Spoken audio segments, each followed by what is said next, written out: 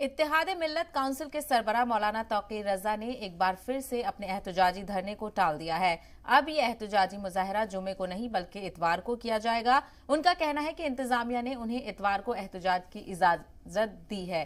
तौकीर रजा ने कहा कि पुलिस इंतजामिया के बार बार दबाव डालने पर मस्जिदों में जाकर उल्मा को धमकाने, उन पर मुकदमे लिखने और बुलडोजर चलाने की धमकी ट्रेन के बाद देने के बाद हमने ये फैसला किया है कि अब ये एहतजाज इतवार को होगा। और उन्होंने कहा कि पूरे मुल्क में जो दंगे फसाद हुए हैं उनके लिए मुसलमान जिम्मेदार नहीं हैं, बल्कि पुलिस जिम्मेदार है। जो पत्थरबाजी हुई है वो मुसलमानों ने नहीं बल्कि पुलिस ने की है। उनका कहना है कि उन्हें मुल्क में जो नफरत का माहौल है उस नफरत के माहौल से आजादी चाहिए और इसी बात को लेकर हम एहतजाज कर रहे हैं। मौलाना तौकीर का कहना है कि वो चाहते हैं कि वजीर आजम नरेंद्र मोदी अपनी चुप्पी तोड़े और नुपुर शर्मा के दिए हुए मुतनाज़ा बयान पर अपना बयान जारी करें।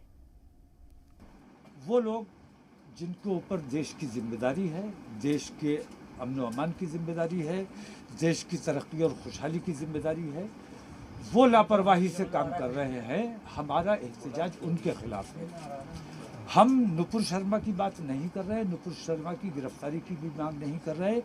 हम सिर्फ प्रधानमंत्री से इतना क्लैरिफिकेशन चाहते हैं कि उनकी पॉलिसी क्या है। हमें इतना सा क्लैरिफिकेशन चाहिए जिस दिन प्रधानमंत्री अपनी जबान खोल देंगे, अपने बयान जारी कर देंगे, उसके बाद हम कोई धरना प्रदर्शन नहीं करेंगे।